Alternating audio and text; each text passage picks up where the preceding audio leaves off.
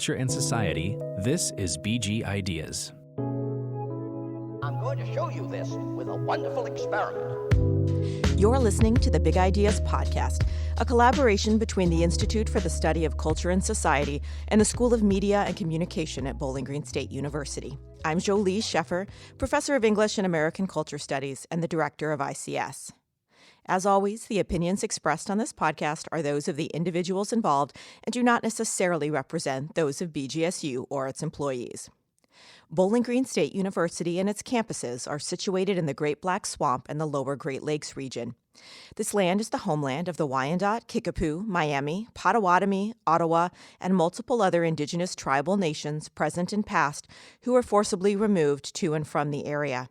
We recognize these historical and contemporary ties in our efforts toward decolonizing history, and we thank the indigenous individuals and communities who've been living and working on this land from time immemorial. Joining me in the studio are Dr. Kristi Foell and Dr. Neal Jesse.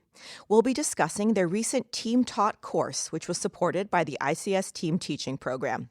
The goal of the ICS Team Teaching Program is to encourage interdisciplinary innovation in curriculum and pedagogy. Dr. Foell and Dr. Jesse brought together politics and cinema in a course on contemporary migration in Europe and the United States. Dr. Kristi Foell is an associate professor of German and has previously served as director of international studies. She was the founding director of the Global Village Residential Learning Community. Her recent courses have focused on Turkish-German cinema. Dr. Neal Jesse is a professor of political science who received the Professorship of Teaching Excellence Award in 2018.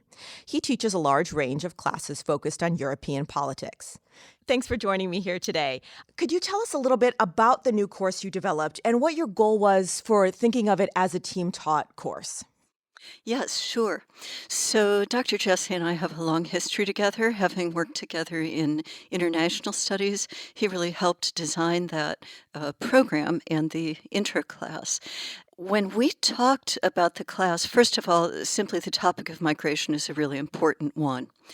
And I have found in my teaching, particularly when I've done the Turkish-German cinema and talked about the presence of minorities in Germany, that when American students look at what's happening in other countries, some of the injustices and inequities become obvious to them in ways that they might not be so obvious in the home culture, right? So looking at international migrations, it's sort of putting a lens on issues that happen in many different countries.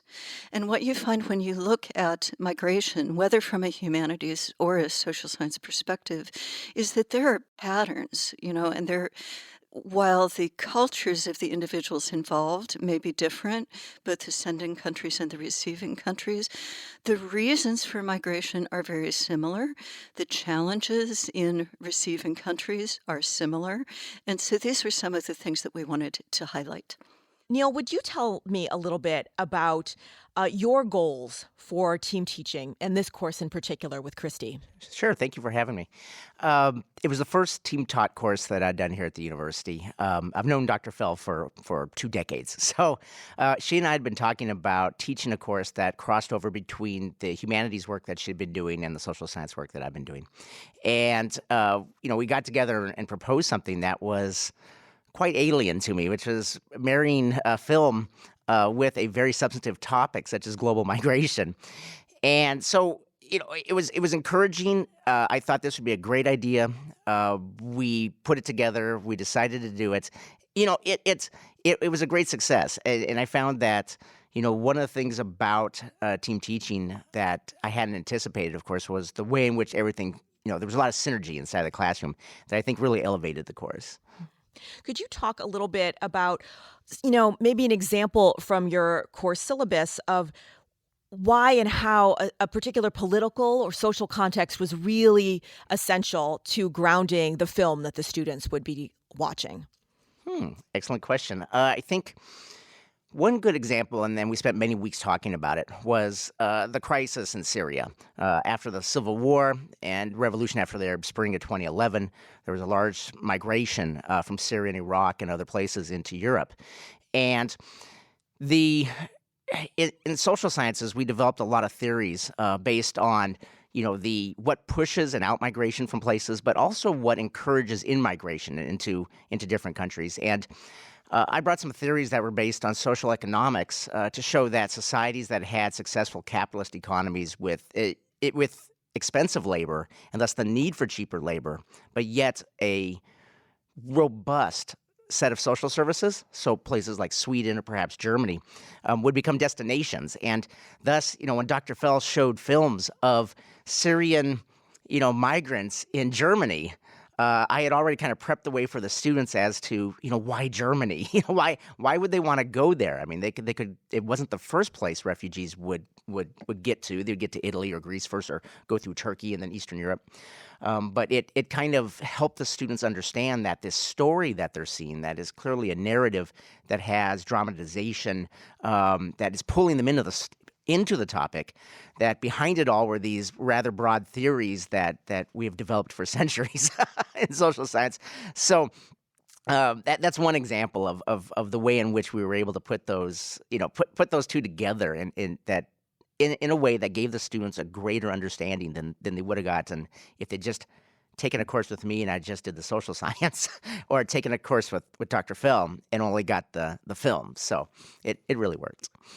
What were some of the skills you wanted students to develop, and how did you create a course structure and assignments to hone those particular skills? Well, first off, there was a collaboration between Dr. Foell and I on what our objectives were and how we wanted the students to get there. One of the beauties of a team-taught course, and one that goes across these two broad disciplines, was that students typically develop, for instance, in my courses, argumentative skills, the ability to write, critical thinking, and a lot of that is derived from reading text. And in humanities courses, they tend to delve deeper into personal stories. They tend to go into the value behind things. They see the context. And putting these two together was difficult. I mean, it really was, to create assignments that would work.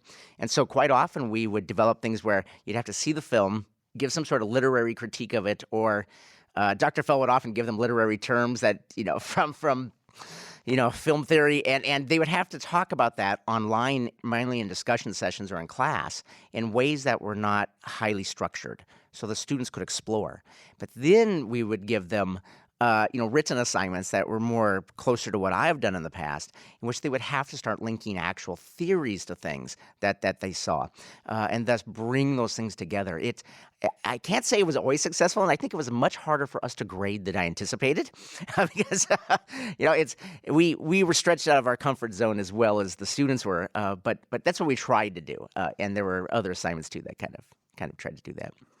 We had a very nice-sized class last fall. I think it was last spring, I'm sorry.